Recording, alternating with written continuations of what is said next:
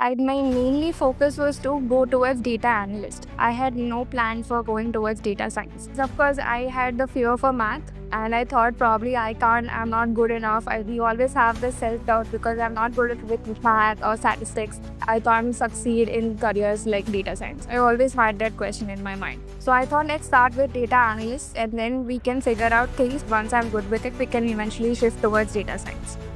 Whatever solution that we are trying to implement through AI, whatever chatbot that we are building, right, be it agentic AI or be it RAG, the main question is, are we trying to reduce the cost or are we trying to increase the cost? Generally, people think that LLM provides responses for 100% accuracy. And most people think that because LLMs are there, now they can do all the coding. I don't have to do any coding. I just have to give one prompt and it will give me all the code and everything. It will just give you a basic structure to start your coding. It won't be 100% accurate. So initially, if we say we had RAG, and after RAG we had AI agents, and then now we are having agentic AI. So what is the difference between AI agents and agentic AI is that, so in AI agent, what we try to do is, sometimes when you try to give a prompt to ChatGPT, you can see that it is searching the web. Usually people think that now that Gen AI and LLMs are trending, they think that only if I learn Gen AI and LLMs and concepts around it, I will get the job. That is not true. Most companies expect. I could have lost my job because I was in bench for like 2 months or so and I didn't get a project and I was taking that risk. And I was about to have that interview on my primary skill. Usually what happens is, if more than 1 or 2 months, if you're not getting into a project, they are going to conduct an interview based on your primary skill, and if you're not able to perform, then so consider yourself, अगर आपने अपना resume बना दिया, and consider, don't see yourself as a student or as someone who's looking for the job. See yourself as a CEO of the company and look at your own resume. Would you really hire that resume, someone who has that resume?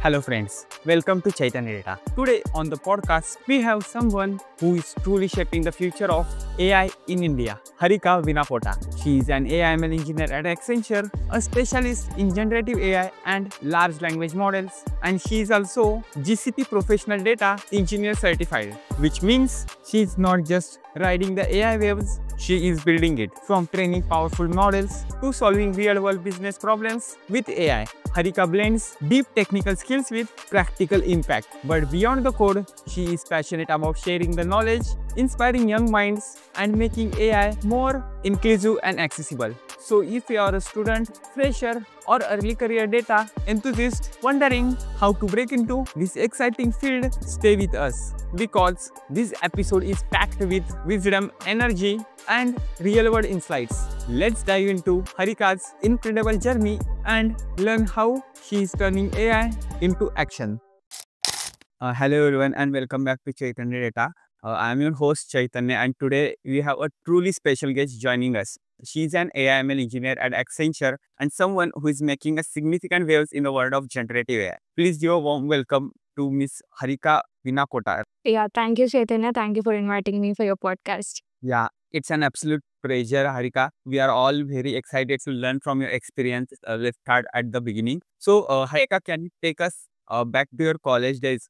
How did your journey into AI/ML begin? Was there any specific moment or a course that sparks your interest? Yeah, so back in college, so I did my engineering at Geetam University. I passed out around 2021. I think it was the COVID time. So during my college itself, I was I was very much interested in data, right? So subjects like database management system was always very interesting for me. So that's how my interest towards it started. And even after completion of my engineering, when I applied at Accenture, I was very clear that I wanted to be on data side, right? I wanted to work around SQL and see how these SQL queries we can implement solving the real problems. So when I applied at Accenture, initially I of course didn't get that opportunity because after getting a job, I got trained on Java, and that was the one language I hate it from the core of my heart. So even though I somehow pulled it off, and then the training was around Java, and then I got the opportunity for one of the project, but it was not around Java. My role in that project was around testing. So what happened was, even though that role didn't give me much scope to grow, the project went very well. I got a award also for that in that project, but I was not quite satisfied with my role because I wanted to concentrate more on data side, right? So later on, after completion of that project, what I did was I tried to update my skills in Python, Power BI. My mainly focus was to go towards data analyst. I had no plan for going towards data science because, of course, I had the fear for math. And I thought probably I'm not good enough. We always have this self doubt because I'm not good with math or statistics. I can't succeed in careers like data science. I always had that question in my mind. So I thought let's start with data analysts and then we can figure out things once I'm good with it, we can eventually shift towards data science. So that was the plan. And after completion of my first project, I like there's one portal in Accenture for my competency portal where you will be having a primary skill and secondary skills. So my primary skill was Java, and once you come to the bench after completion of the first project, you'll get opportunities based on your primary skill. So what I did was during my bench time, I could not update my primary skill. Although I updated a lot of secondary skills like Python, Power BI, SQL, and all of these things. And I was specifically looking towards, getting an opportunity towards SQL only. So what happened was because my primary skill was Java, I was getting all of the opportunities around Java only. So it was a very risky thing that I did. Eventually, it was very exhausting and frustrating because I was very sure this is not what I wanted to do. And I've been there, I've been into testing role for like almost 1.5 to 2 years, and I have made up my mind that कि जो भी होगा मैंने तो ठान लिया कि मुझे जो चाहिए मैं उसी में जाना चाहती हूँ, ठीक है? तो फिर क्या हुआ कि my friend started saying that dude बाहर सिचुएशन अच्छा नहीं है, this is not the time to take the risk, just go with whatever the opportunity comes in your way. So I was in that phase where I was getting more opportunities around web development, HTML, CSS, JavaScript, React, and all. So I was very confused. Abhi main kya karu? If I lose the job, it might take a lot of time for me to get another one. So what I did was I was like jumbling around, learning JavaScript, React, and also like SQL and EO. So मैं बहुत सारी opportunities miss कर चुकी थी because I was not able to balance both. And then later I decided that jo hoga so hoga. I'll fix to one thing. Let's not jump here and there and be consistent with one thing. And then decided that I'll only focus on my SQL and data analyst side. And that's when I think I got a mail. That was the time where GenAI and LLM was quite booming. So, and that's when I got a mail on a requirement that they are going to cross train around GenAI and LLMs. So I had a Python assessment. I given that Python assessment, and that's how I got selected for GenAI and the NCP training. And that's where they have trained me around GenAI and LLMs, and eventually my role shifted towards AI and LLMs. So that was my journey for how I landed AI. Yeah, but as per my experience, the mostly people go first into data science, and if they feel like working for the statistics, then they switch to data analytics. And you have when I started my career from the data, from actually civil engineering to data scientist, so I want to be an engineer only. But I'm the part of the proper statistics because I'm not that much expert in the mathematics part. Then I got into the visualization. So even like when I recently attended this data fest at Connected by Code Basics, when I was telling about my journey, few people called me that you are just lucky to you are very lucky that you got this opportunity. I honestly feel that it's not just about luck. I did take a very calculated risk. I could have lost my job because I was in bench for like 2 months or so and I didn't get a project and I was taking that risk. And I was about to have that interview on my primary skill. Usually what happens is if more than 1 or 2 months, if you're not getting into a project, they are going to conduct an interview based on your primary skill. And if you're not able to perform well, then they might consider, for the exit interview as well. So that was a very risky thing that I took, but fortunately it worked out in my favor. So yeah.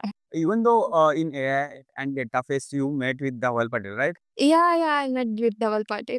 I met with Hemanand also there. You met with Dhawal Patel, right? So Yeah. how was the session? He conducted the session, right, in that phase. Yeah, the session was very interactive. The way they try to communicate the concepts, it is very practical oriented and not very, they don't talk with a lot of jargons. They try to give a very basic examples, like as if they are talking a small kid. It is very easy for us to grasp the knowledge and understand things from different perspectives. So I felt that was a whole different experience for me. Initially, I didn't. I'm usually a person who is a little bit introvert. I went alone to that event. I thought I won't be able to interact well with people. It's been a while because when I was in college, I was very good with all of these conducting fests and all. I was part of the leadership in my like Kalakriti club. I was part of student clubs. So I was organizing events and all. It's been a while that I've been part of it. And I felt a little bit, conscious. How will I interact with people? Because it's been almost like 4 5 years for me to have such kind of platform. But eventually, I've interacted with a lot of people over there, made good networking. It was very simple actually. वहाँ पे जाके लोगों से बात किया, वो लोग friends हो गए, हम लोग साथ में पूरा इवेंट एक्सप्लोर कर रहे थे. Yes, that's a really interesting how your path unfolded. It's often isn't a straight line. So, Harika, now you are at a top company like Accenture. Many of our team to working there. How did you land your role at Accenture? And any tips for the students? Any for top companies? What was your secret?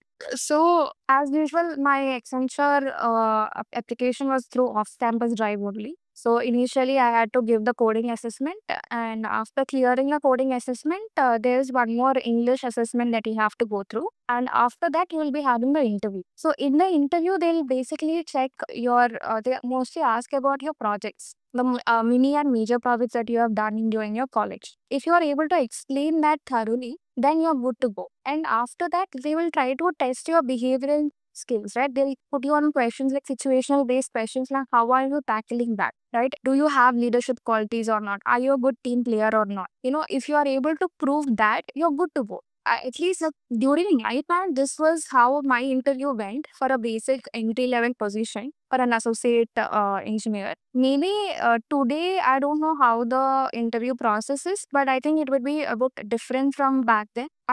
And very basic questions they were asking like OOPS concept, Python, just like basic questions they will ask you. It is not something they'll go in very depth. Even they might ask you to go and code some questions, and you should be able to be flexible in that, right? Yes. Those are some really valuable tips, especially for our student listeners. So, Harika, what does a day in your life as a AI ML engineer at Accenture look like? Walk us through a typical day from your morning coffee to what you are usually working on. Yeah, so usually my day starts with stand-up calls. So to give you a clear picture, so what happens is that let's say we have got into a project. Before getting started with the client work, what we'll try to do is first we'll do some POC work. Before getting access to the client's data, first we'll try to do experimenting with our own data, like a sample data, and try to work around it. And then after that, we will demo to the client. And once he says okay, once he approves, then we go further with the client's data. And later on, they will plan the entire sprint call. And in each sprint call, they will be assigning each sprint week. It can be depending upon 1 week or 2 weeks. It depends on the task that is being assigned or the deadline that we have, right? So after that, what happens? They will assign a task to everyone, and you have to complete that task either in a week or in 2 weeks, like depending on the situation. So what happens is that if you are getting stuck in your task that has been given to you, you can just interact with the manager, and you can tell what kind of blockers you're having. They'll probably extend the date. And once you're finished with your task, whatever task that has been given to you, once you're finished with that, you have to demo it to the manager and certain people internally. Once they approve, and then we might also have to give demos to the client, what kind of work that we have done for them. And if once they approve, then the code will go into the repository. If in case they are not happy with the kind of code that we have done, then we might have to go back and make some changes again and again give the demo. This is how the work usually goes around. And in the sign up calls, we just get the updates on what we have done previously, what are we going to do next, and are we going to meet the deadline today or in this week or not. So that kind of discussion will happening and the plan will be happening. And usually you will have to work around, either you are, sometimes you need to work with alone, or you have to work with your teammates. So depending on the situation, you have to go, interact with the people and try to solve the problems accordingly. Yes, that sounds like a dynamic and challenging day. And yeah, so Harika, with new technologies like Gen AI, there are always a few hurdles. Can you share one unexpected challenge you faced in your first Gen AI project there? Something that really made you think outside of the box? Yeah, I can't say outside of the box, but there was this one situation where they were trying to build a RAG chatbot to the client. So we had different sources of data, like either getting the data from emails, PDFs, and docs. So my task was to get the data from the email. So before that, during my training, I have worked on one of the capstone project for a RAG chatbot where I've only used Excel or a PDF doc like that. I haven't ever explored email. So what happens with email is that you will have some HTML content in the email, like images and links and all that. So what they wanted was I have to extract only the text, only the body of the email, and all the images and all they didn't need it. So I was not aware about the web scraping concept in Python. So that was a little bit challenging because I didn't know that and I didn't know how to go further with the task. Of course, my managers and team leads definitely helped me. So I did my own research about that, how I can do it. Basically, you just have to use a simple beautiful soup library and you can do the web scraping just like how you do it for the websites. You have to do the similar thing for the email. It was a little bit challenging because you're doing it for the email. Despite sometimes doing the web scraping, there was still a little bit of discrepancy in the data. And I further had to go use regex concept and eliminate certain data that is not required. So initially I felt a little bit challenging कि मैं कैसे करूँगी ये शायद मैं नहीं कर पाऊँगी, and I was little bit worried. What if I didn't do it before the deadline? But it's fine. I interacted with people, took some help here and there, referred in the ChatGPT or leveraged ChatGPT to get some information, and referred to YouTube and everything. And then I did my job. And after doing it, I felt like okay, I learned something new today. So yeah, it is okay if you are if you don't know something, you can just research about it and get forward with it and take people's help and get your work done. It is not a that much of a challenging situation. You can definitely work around it.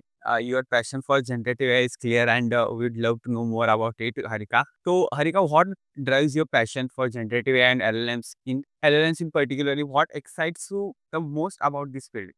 Like I said, initially I was only interested towards data analyst. I didn't had that much of interest towards data science. So during the training, when I was going through generative AI concepts and LLMs concept, I felt it was interesting. I think most importantly, the element that you need to have is curiosity. Curiosity towards how you can actually implement these concepts for real world problems and solve them, right? If you have that curiosity कि ये कैसे काम करेगा in reality में, मैं कैसे इसको apply करूँगी, तो जब वो curiosity रहता है ना, you have the zeal to go forward no matter how many challenges you face. Like be the हो सकता है कि you feel exhausted. It could be sometimes very frustrating also that you are not able to solve something. But when you have that curiosity element, you can solve the problems. You can still go forward. चाहे जितना भी मुश्किल लगे, because you are so driven towards it, you will somehow figure out the solution. You will talk with people, you will take someone's help and try to solve the problem and go forward with it. So that is the very important thing, the curiosity and enthusiasm towards if something is not working and if you're failing n number of times, you should still be having that kind of interest. How can I make it work? Why suddenly this thing is failing? If you can try to figure that out and go forward, that is we can definitely survive in data science. That is not a big problem. It's truly fantastic how much Gen AI is involving. So, Harika, for our audience who might be new to this, let's simplify things a bit. How would you explain generative AI to a college student with no prior background? Imagine you are explaining it to someone completely fresh on this topic. So it is not very complicated, to be very honest. To put it in a simple terms, it is just a computer which is trained on huge amount of data. And when you try to give a prompt, it will just try to retrieve the information and generate text in either in the form of text, images, videos, and audios. And what it will try to do is it will retrieve the data that it already has been trained on, and it will try to generate new data, right? Not the existing one. It will try to be creative enough and generate new data, either in form of text, images, audios, or videos.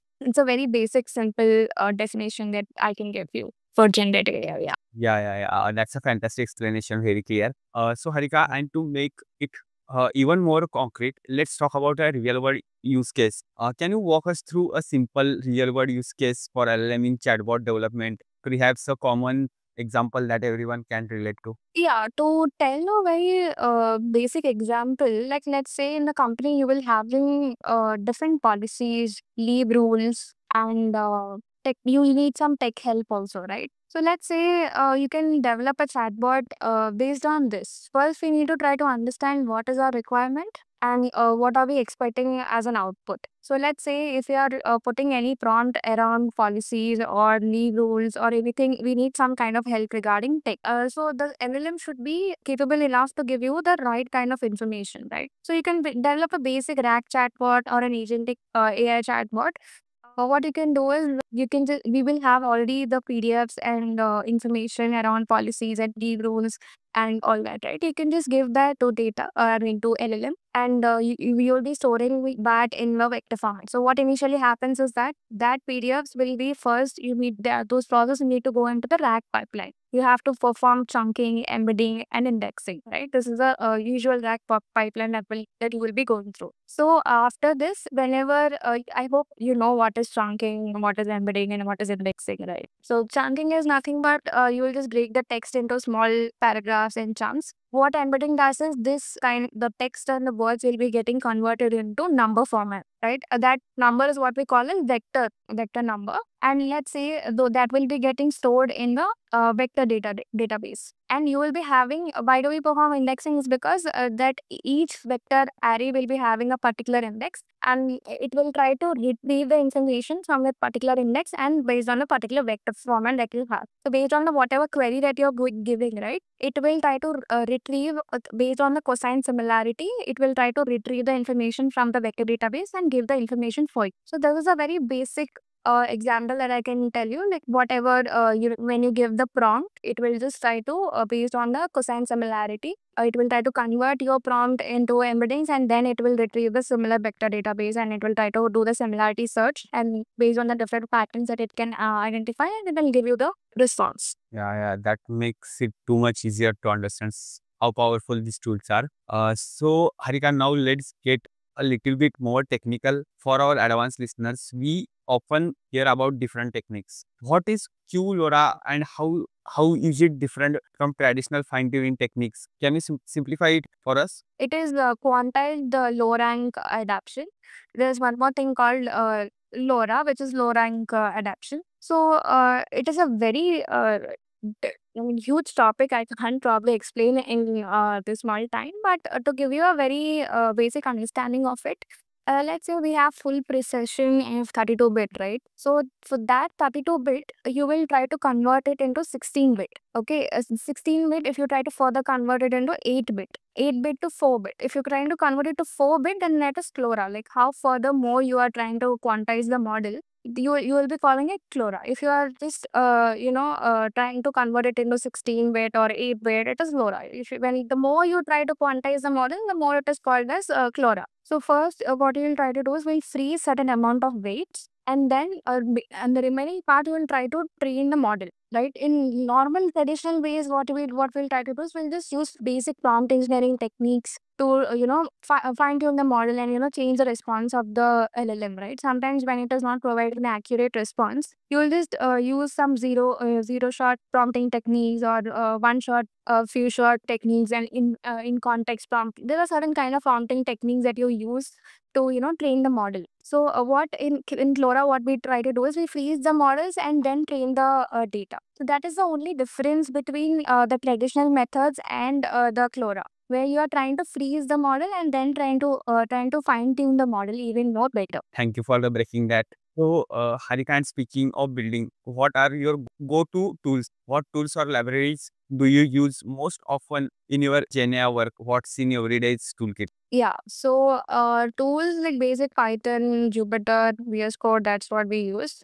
Coming to libraries, there are so many libraries like LangChain, Hugging Face, Instructor Embeddings, and Fires. We have Pinecone, we have Gemini, we have GPT 4.0 model, we have Llama, we have Microsoft 1.5. We use different models and the packages, right? So I would suggest people to not go behind libraries and packages. Rather try to understand the concept because that is what is important. No matter what package you use, what library you use, once you understand the concept, that is more than enough. You can eventually grab the whatever package you are using. It won't be much of a difficult thing. That is something that either be defined by the client or by the managers. Like they will decide what kind of packages you want to use, what kind of tools and tech stack. They will be defining it for us. When you know the concept well, you can easily adapt those things according to the situation, or you can just research about the particular library that you want to use. That won't be much of a big deal. The main important thing is for you to understand is the concept. Yeah, knowing the right tool is half the battle. Now, when people are just starting out, they often have some ideas that aren't quite right. Okay, so what are some common misconceptions beginner have about LLMs or chatbots? What do you often hear that isn't true? Generally, people think that ILM provides responses for 100% accuracy. And most people think that because LLMs are there, now they can do all the coding. I don't have to do any coding. I just have to give one prompt and it will give me all the code and everything.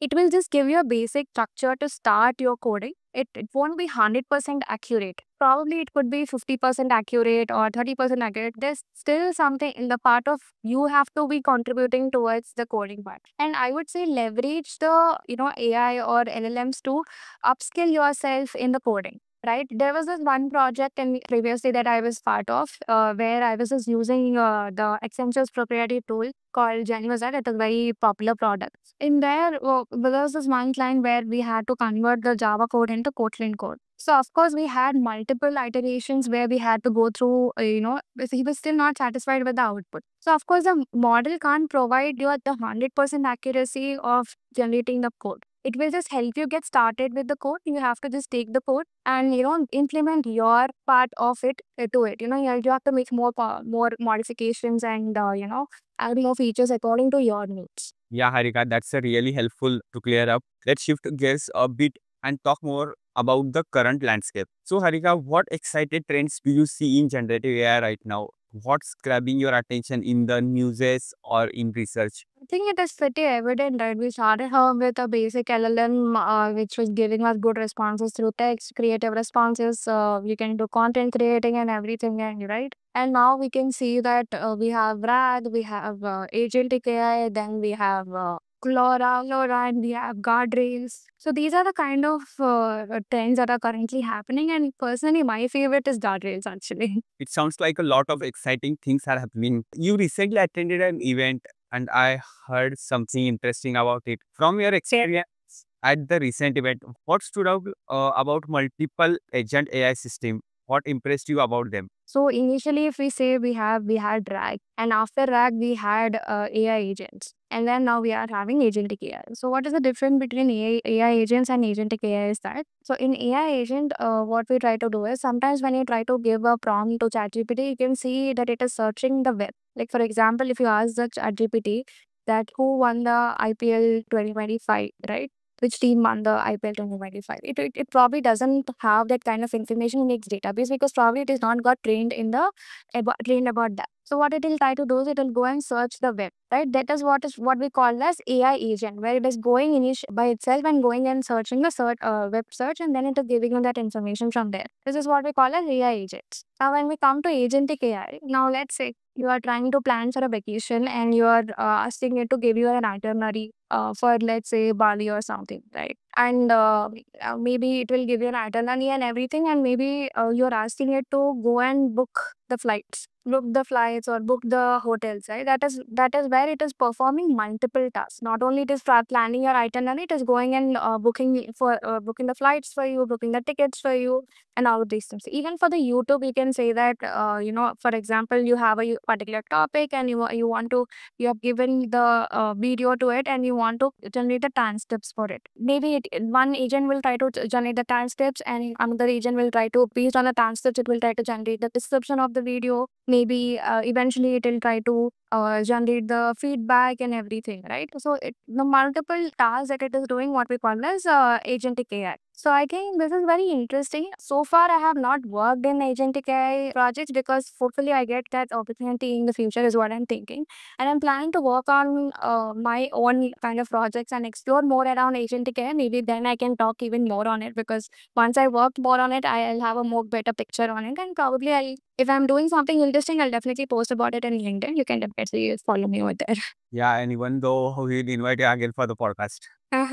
Sure, definitely. Yeah. So multi-agent system sounds like a game changer, I think so. So with so much happening in artificial intelligence nowadays, Harika, it's easy to get lost in the hype. How do you personally filter hype from the reality when it comes to AI trends? What's your strategy to stay grounded? Yeah, so this is a very challenging situation because you see, whenever you open LinkedIn, you see a lot of influencers talking about different topics. You feel kind of a FOMO and ये क्या हो रहा है यार, मुझे पता नहीं है, I have to go and research and ये वो. So of course the what you can do is, rather than just blindly following the information, do your own research. Take some time. Let the information process you first of all, right? So you can take your time and don't just blindly follow any influencer or any information over there. Do your own research. I would rather prefer people who are practitioners who actually have implemented things on a particular concept and then they're coming forward and telling you about the particular topic. Then you can go and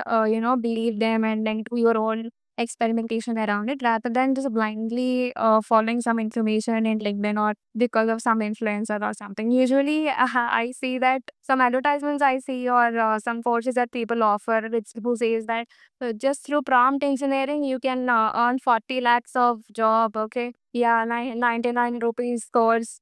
Please don't fall for such kind of traps. I like prompt engineering is definitely useful in our data science field, but I won't say that alone prompt engineering will give you a good high end package. That is not true. So be careful of these kind of traps and do your own proper research before you start believing in anything. Yeah, and that's a very practical approach. And for businesses, it's not just about the cool tech, it's about the results.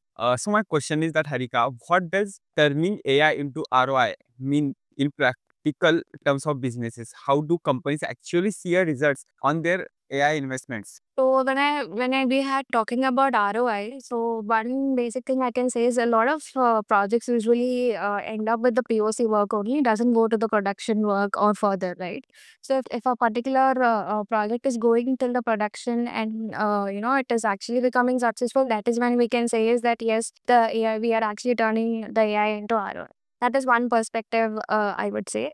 And coming to the business part, I actually attended one of the workshop during the fest. So there we worked on a business case study, like a fashion website, right? E-commerce website, where we were trying to understand whether the particular business use case study is actually requiring an AI solution or not. So usually what happens is that in that workshop, what I try to understand is that usually people will have some kind of pressure, especially in the board meetings, that if their competitor is already implementing the AI solutions, even I want to implement the same things. You will have that kind of FOMO and pressure towards from the board. So you also want to implement the AI solution. But the real thing that we need to look into is the particular business solution actually require AI, or we can solve the problem with some other solutions as well. That is one thing. And one more thing is like whatever solution that we are trying to implement through AI, whatever chatbot that we are building, right? Be it agentic AI or be it RAG. The main question is, are we trying to reduce the cost or are we trying to increase the cost? So whatever the investment that you're doing, is it going to convert into profits in somewhere 1 year or 3 years or 5 years down the line? If it is going to convert into profits, then it is a good investment, right? That is a return of investment for you. If it is putting you in the loss, then it is, I won't say it is a good return on investment. So basic thing is, again, we go for the hype and not what it really requires. Like, first thing is that we need to figure out what is the business use case study. Does it really require an agentic AI? And then accordingly, you can go and plan the whatever the solution that we need to build. That is what I learned in that workshop. The business case study was very simple, that they were facing issues with the solving the customer resolutions. They had, usually when you in a particular website, be it like Myntra or any, when there is an offer running out, you'll have a huge demand, right? So when you're having a huge demand, of course there will be a lot of emails and from the customers. They want to know what is their update regarding the delivery and everything. So in the use case that I've worked in that workshop, they had a team of only 10 people to resolve the customer issues. So their first thing is that what customer needs is that if he's getting, once he is placing his order, if he's getting a regular updates on, so whether the order has been dispatched, and is it in transit, and what is the time of the delivery. So when he's getting the regular updates, I don't think he will go and call for customer support and everything, right? And one more issue was, few people were not able to see whether a particular product is available or not, a particular size is available or not. So a lot of DMs were flooding in WhatsApp, email, and all of these things. So the main thing is, whatever the 10 people that they have, the important thing was to segregate the people into different categories, right? But to solve the problems. Few people will be solving the problems related to return and exchange. Few people will be solving the problem based on the availability of the product. And few people will be solving based on the estimation of the delivery. So when you segregate the problem, these kind of problems can be resolved. You don't actually require AI here, right? And if you really want to implement AI, you can develop a basic AI which can resolves your issues, like how you have it in Myntra or any shopping website. If you just go, you have a basic question based chatbot where it'll already have a predefined questions, and it'll basically give you the solutions based on the problem that you're facing. So that is the kind of approach that we need to go through. You should not just randomly develop some AI agent, but that will cost you even more, right? What you're trying to solve a problem. You should not go into losses, right? It should be into the profits. That is what I say when it comes to turning AI into ROI. Whatever AI solutions that you are building, it should be into profits. And when you are talking about 3 years or 5 years down the line, it should try to reduce the work that you're having and not increase the money that you're investing. Yeah, that's a crucial point for businesses. So, Harika, and looking beyond the tech industry, where do you see AI making a big impact next? Which industry outside of tech are likely to be disputed by AI soon? Or where do you predict we will see the biggest change? I don't think that AI will be disrupting any of the industries. See, this is my point of view. What I feel is, recently there was this Ghibli art trend, I guess, right? Which was like blasting the entire Instagram. So, see, whatever at the end of the day, the trend will be happening for like a day or two or such, right? Even if you try to watch, I'll ask you a simple question. If there's one movie which is made with AI and everything, based on AI, and there was another movie which is made by the human and with all the real and raw impact, which one would you prefer more? Obviously, real one. Yeah, because we crave for that human touch, right? Whatever, it feels very unrealistic at the end of the day when you're trying to watch an AI generated movie, right? So even when it comes to Ghibli art trend, yes, everyone was so hyped up about it, and everyone went ahead and bought a subscription, and they were going and asked other friends who had a subscription कि मेरा भी please Ghibli art trend करा दो करके. Right? So what is important, if you see the Ghibli art, you can't recognize कि ये चैतन्या है या फिर ये हारिका है by just seeing that Ghibli art photo, right? So at the end of the day, what is important is human creativity and human touch is very important. So let's assume that there is a person who is a writer or a book writer, right? If he's getting stuck somewhere, because usually writers will have a writer's block, right? So when he's getting stuck somewhere, he can just leverage AI to generate some new ideas and get continued with his writing and all. But I don't think there will be any industry that will be disrupted by it completely, no matter what. Even if we consider the worst case scenario, let's assume that even if AI is dominating the particular field around 70% or 60%, 100% domination, I don't think that is possible in the near future. At least at now, I don't feel that will happen. Even let's say even 70% the AI is dominating, even still that 30% efforts will be needed from the human itself. And that is what is my perspective around this. So Harika, now for a bit of crystal ball question from your prediction, okay, what could be the next big breakthrough in generative AI beyond transformers? What's on the horizon that could truly revolutionize the field? What is your prediction? Prediction, I don't know. I don't think I'm that of an expert to talk about it. But already we are seeing a lot of advancements, right? After Transformers, like we can see RAG, we can see AI agents, agentic AI, we see NCP servers, we see guardrails. Personally, my favorite is guardrails. I think more, I'm expecting something more advanced in terms of guardrails. So what guardrails does is to give you a simple picture. So if you're trying to give a prompt to the LLM, like using prompt injection or jailbreaking. What does that mean is, in simple terms, if I have to say, you will somehow trap the LLM to give you the sensitive and confidential information. It may leak the information also, depending on the kind of prompt that you are giving in. This is what we call as prompt injection or jailbreaking. So you will somehow trick the LLM to leak the information, sensitive information or confidential information. That is something that we need to prevent. And you can do that by implementing guardrails. This is a very good course. I think I would suggest everyone to go ahead and do it. It is in deeplearning.ai, the guardrails AI course. I think the CEO is Shreya Rajpal. You should definitely check it out.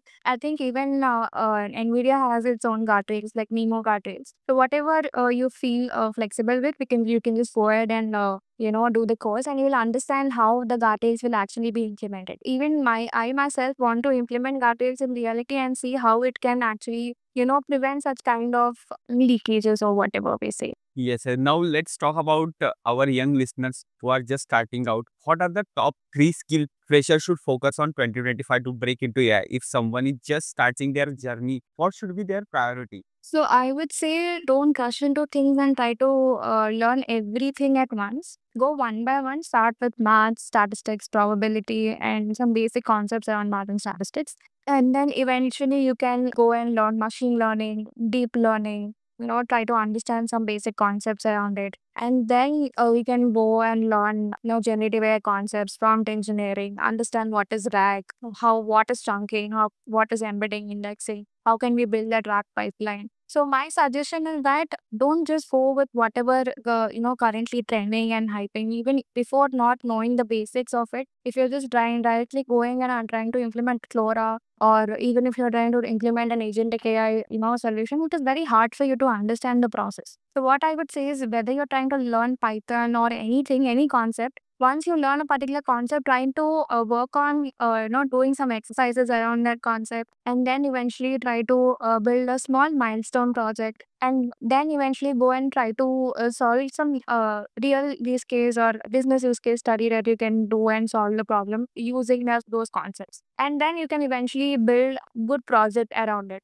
Pick up a good business use case that is a real world problem, and try to find the solution and build the solution around it, rather than rushing up into things and learning things half either udhar idhar udhar thoda seekhe. Don't rush into things. I would say this would be a good procedure for you to go forward, learn the concepts, and then eventually develop some small milestone projects, and then eventually build a good big project. That's what I would say. Excellent advice for those looking to get started. When we talk about artificial intelligence, people often wonder about the different components. So Harika, in your opinion, how much of artificial intelligence is math or coding? What's the right balance? Yeah, and this is very hard to tell. It depends totally on the kind of process that you are dealing with. But I would say to all three of them is equally important. And I would say some 30% of amount maths is needed, and little bit of intuition is needed. So I think the combination of all three is what makes the data science field, right? You can't ignore one of the things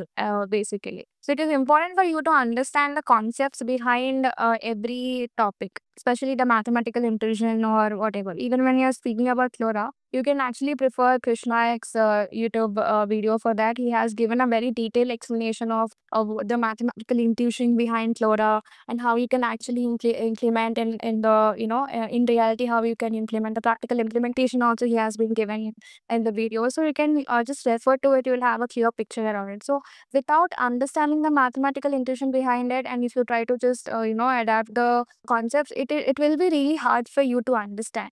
Even when you're trying to use packages or whatever, even when you're trying to code also, you'll feel a little bit challenging. Once you understand the concept thoroughly in depth, using the understanding the mathematical intuitions behind it, then it will be easy for you to do the coding. You won't be feeling that kind of challenge that कि कैसे करना है क्या करना है. So that is very important. Yeah, that's a great way to put it. So Harika, for our Indian audience specifically, there is often a question about local job market. What generative AI skills are companies in India actually hiring versus what's just hype? What should students here truly focus on? Yeah, so just like I said, usually people think that now that Gen AI and LLMs are trending, they think that only if I learn Gen AI and LLMs and concepts around it, I will get the job. That is not true. Most companies expect you to understand machine learning concepts, you to understand probability and statistics, have some knowledge around math, some knowledge around deep learning, machine learning.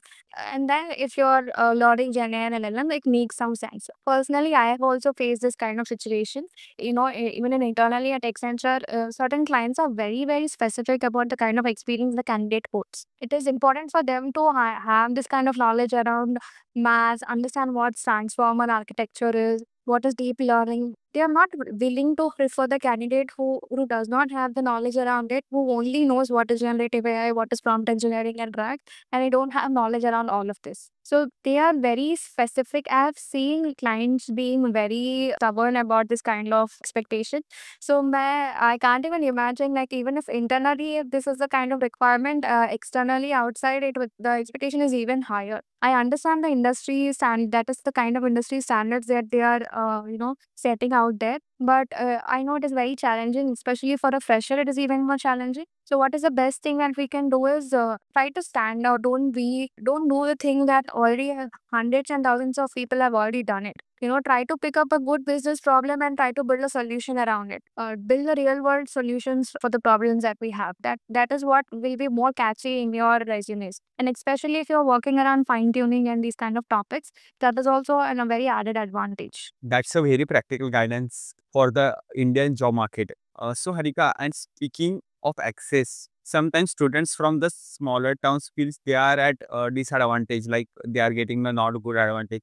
So actually, the question is that can students from the small towns with limited cloud access still build a strong AI portfolio? How? What would be the best advice for them? Yes, of course, they can build a good AI portfolio. See, there's a lot of open source models. There are a lot of free information in the YouTube. You can always refer them, right? You don't have to buy certain course or, of all of that. There's a lot of good resources in the YouTube. You can prefer Krishnayak or Code Basics or CampusX.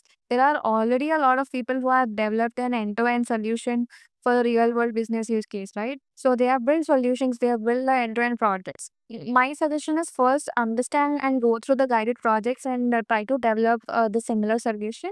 And once you are getting flexible and you're confident, then eventually you can pick up a use case of your own, and you can do experimentation and work on it by yourself. Most important thing is you interact well in the LinkedIn.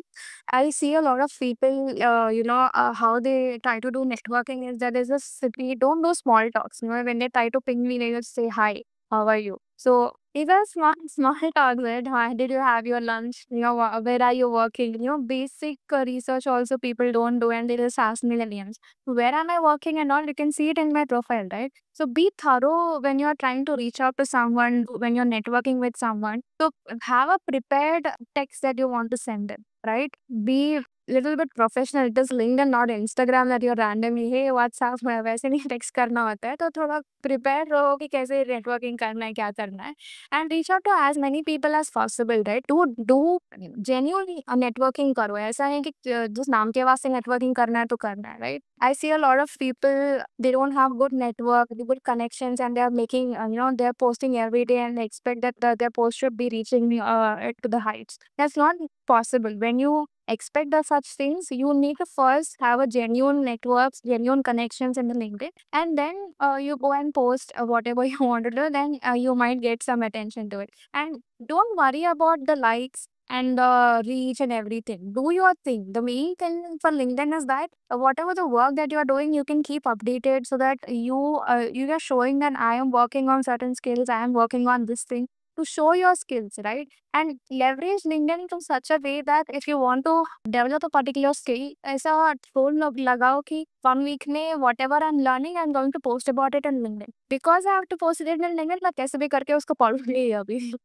I won't procrastinate, I won't delay it because I have to make an weekly update in LinkedIn. So, leverage LinkedIn to your benefit is what I would say. Yeah, because I also see this thing that people or don't care about the professional thing on LinkedIn while texting. I think they will do the chat GPT for texting anyone on Bumble or Tinder, but for the Oh my God. Like, really, I've seen, yeah, I've seen situations where people are using LinkedIn like Bumble and Tinder. It is not some dating app or some social website, right? It is a proper professional platform, and you need to be very professional while reaching out to someone.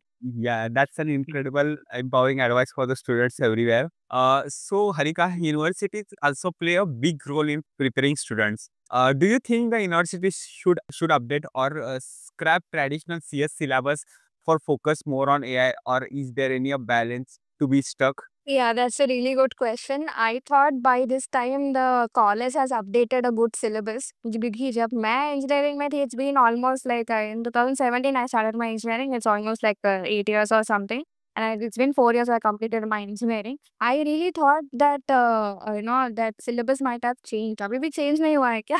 Yeah, no, the most of the this when I done the research that time I get this question कि मतलब LinkedIn पे लोग post करते हैं कि अभी तक जो पुरानी चीजें हैं वही इंटरव्यू में बोली जाती है. एचआर एक्चुअली पोस्ट करते हैं ये चीजें for the students hiring. Oh, I see. This is very outdated, I feel. I don't really understand what is the reason behind it because when I was in my first year, I was having this mechanical workshop, chemistry lab, there is physics lab. I have no idea. Yeah, I mean, I have no idea why I'm studying that. I thought it is done with the inter only. अभी मैं फिर से वही पढ़ रही हूँ, क्यों पढ़ रही हूँ पता नहीं.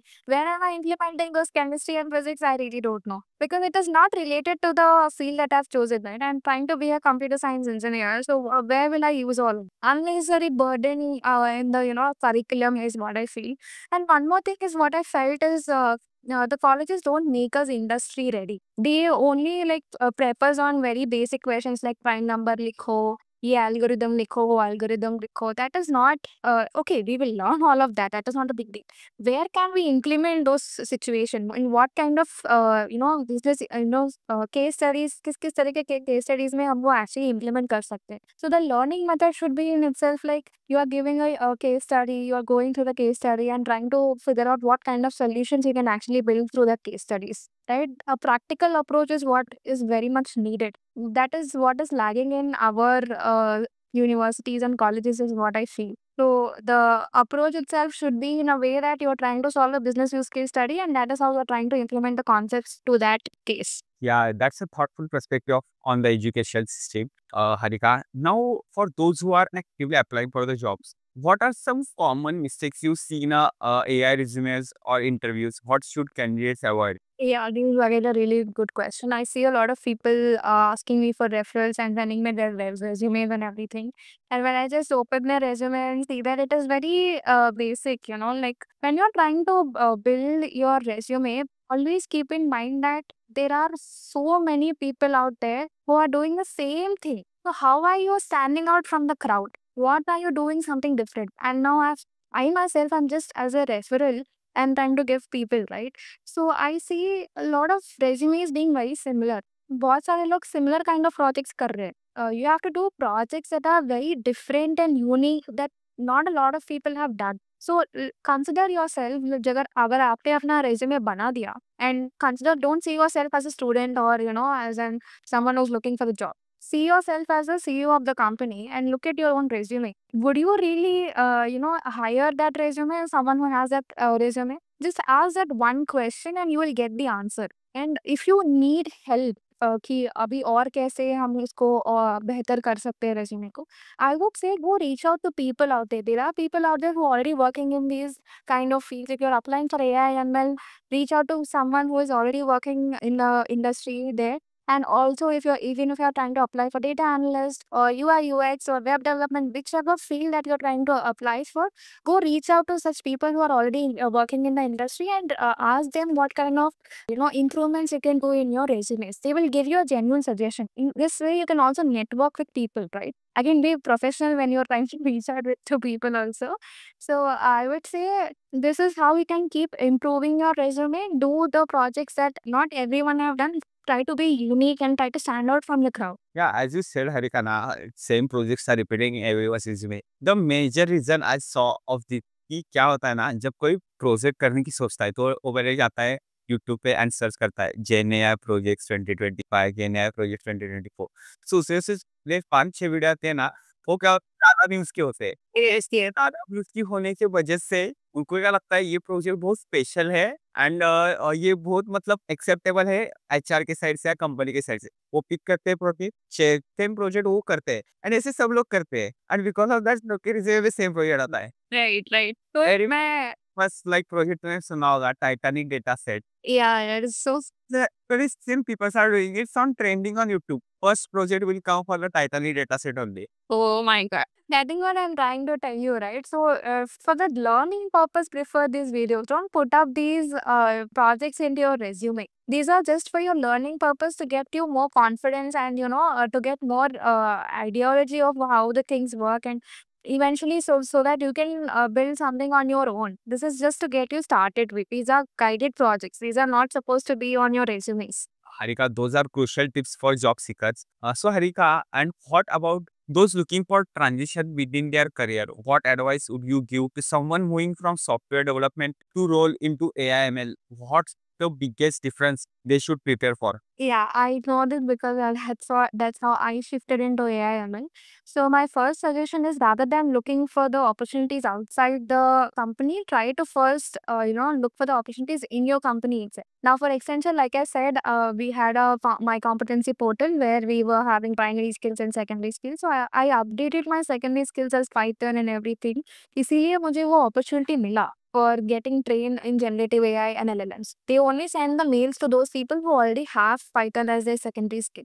That is the reason I got that opportunity, and eventually I've changed my primary skill into LLMs and generative AI. So you have to reach out to your managers in your current company and ask them how you can actually make a shift to a different role. Maybe sometimes you might face a situation where your manager is not very supportive, that like he wants you to shift to another role. Maybe he wants you to be in the same project. In that case, what you can do is you can always find in LinkedIn, you can find people who are already working in that kind of role in your company and try to reach out to them. How did they actually, how are they working? Is there any opportunity in their team? Can they help you giving, providing any opportunity? How you can apply to those roles in the same company. So you can take their help and, try to make the transition. One thing is that before making a transition, especially in coming to the AI ML part, you have to be thorough with all the concepts, get yourself full ready and all. And don't just learn the concepts and go and try to search for opportunities. Build good projects, have a good conceptual and practical exposure.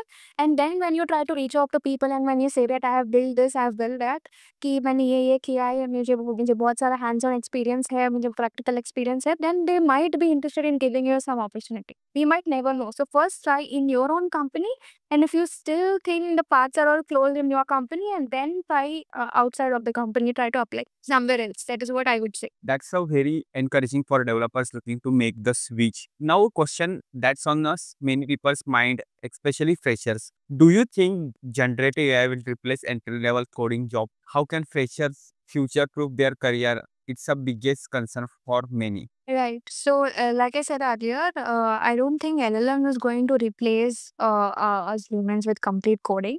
So, I would say rather than relying on AI for the coding, I would say use leverage LLMs to upskill yourself in coding. Like let's say if you're getting stuck somewhere, if you're not able to understand certain concept, be it mathematics, be it statistics, or probability, or SQL, or anything, you can just ask LLM to teach you, right? Understand the concepts, break down, try to break down the problem, and even if in the coding also, try to break down the solution, break down the parts, and try to understand part by part, and then eventually try to build code. I don't think LLM is 100% accurate enough to provide you the perfect coding, right? Like I mentioned in one of my project also, the client wanted a converted code of Kotlin from Java. So we were using a GenWizard tool internally, and we were trying to generate the Kotlin code. Despite multiple prompt modifications and changing the parameters or increasing the token limit also, we were not able to provide 100% accurate Kotlin code that he was expecting. So I would say I don't think that AI or LLMs can replace coding for us. We still need to be good with coding. We still need to be very expert in coming to in terms of coding. You can't just blindly rely on the LLM. It will just give you a structure to get started with. It won't help you, completing entire application. At the end of the day, you have to add more things from your end. You have to modify certain things, and you have to verify whether the code is appropriate or not. So definitely, you need to work on those skills. That's a very balanced and reassuring answer, I can say. And finally, Harika, what advice would you give to all the learners, fresher students, or the aspiring professions who want to come in the industry? Yeah, so I would say that, like I said earlier, don't try to learn everything at once. The one first figure out, do you really interested? Are you really interested in data science? Do you really think that is something that you can work on for a very long time? Are you really interested in coding? If you're not interested in coding, try to prefer a data analyst or something. But if you still have some kind of interest towards AI, but you're not interested in coding, you can explore AI PMs, product management and AI combination of that. That is also quite booming at the moment. And I would say be thorough with the concepts, understand the mathematical intuitions behind every concept, and like I said, try to work on problems one by one. Don't try to learn everything at once, and don't panic for the first thing. I would say that you should have the intention to learn. There will always be something new that will be coming in the field, and you might always feel some kind of FOMO कि यार मुझे ये नहीं पता वो नहीं पता. It's okay. You can take your time to process the information, research about it, and it is fine. There will always be a situation who might forget some certain things, and you can always refer to Google. You can always refer the YouTube or information, and you can get back on it. So the most important thing is to have a good hands-on experience. Prefer websites like Geeks for Geeks or HackerRank. There are a lot of websites where you can practice Python or machine learning concepts, right? So I would say first understand the concept, do some exercises, then go ahead and build some milestone projects, and then eventually go ahead and build the major projects. That is what my suggestion. And once, even if you're preferring YouTube for guided projects and everything, don't put that in your resumes. That is just for your experience, your understanding, and so that you get little bit of exposure on how we can get started with. Once you're getting thorough with it, and once you have built that kind of confidence, then eventually try to pick up a problem, a real world business use case problem, and then try to build a solution around it. Then in that case, you will be standing out from the crowd. That is what is my suggestion. Fantastic. I'm sure our audience will love checking those out. And now, Harika, I had made some rapid fire questions for you. Okay. Wow. All right. So, just a quick spontaneous answers. Yeah, I'll try my best. I'm very bad with rapid fire, but yeah, Okay. TensorFlow or PyTorch? PyTorch. Best AI project you have seen this year? I think agentic, any project around agentic AI was very interesting for me. Python or R for data science? Python always. SQL or no SQL? SQL. Big data or smart data? Big data. AI for good or AI for profit? AI for good. Your ideal AI team size? AI team size. I don't think you need more than 5 to 10 people, I think. Dream company you would love to work for? At the moment, I don't have any dream company, but I think I would like to work for the startups. because I've worked for MNCs, I would like to have an exposure for a startup company, how the things will work out in the startup. So, Remote work or office life? hybrid, I would say. Both remote work and office. It's a hybrid is a very good combination, as I would say. Okay. One AI ML tool you can't live without. Oh, Langchain, Hugging Face. Okay. LinkedIn or GitHub? Where do you hang out more? I think LinkedIn. Most overrated skill in tech today? Overrated. Oh, maybe prompt engineering. Okay. Yeah. Speed or accuracy? Accuracy. Success or happiness? Yes. AI with empathy or AI with logic? AI with logic. Dream job or dream salary? Dream job. Okay. On-word desk, coffee or tea? Tea. I'm a tea person. One hobby you wish you had more time for? Yeah, I think my dance. I really miss dancing. Okay. One tech gadget you would love, means you will need that tech gadget in daily basis. Tech gadget. I'm not a gadgets person, but I think I definitely need my phone or iPad. I love to be on your phone and iPad. Favorite way to unwind after a long day? I think reading novels or just watching a movie on Netflix. Debate or discussion? Discussion. If your life was a movie, what would its title be? So I would say Stranger Things. Okay. If not this career, then what? I think I'll probably be in maybe a dance choreographer or something. I don't know. One word to sum up today's podcast. It was really amazing. I think I really enjoyed because this was my first time coming into a podcast, and it was a really great experience. I think it's a new experience for me because I'm kind of an introvert. Coming to a podcast and talking about my journey was very enlightening for me. Arika, this has been an incredible, insightful, and inspiring conversation with you. You have shared so much valuable knowledge from your personal journey to deep insights into generative and truly practical advice for our audience, our YouTube audience. Thank you so much, Harika, for joining us on today's on Chaitanya Data podcast. Thank you, Chaitanya. Like, I should appreciate you for your patience and all because I know you have reached out to me like around 2-3 months back, and finally I could make make a time for it today. And sorry for the delay, honestly, but this was really exciting for me. And thanks for giving me this opportunity to share my journey here.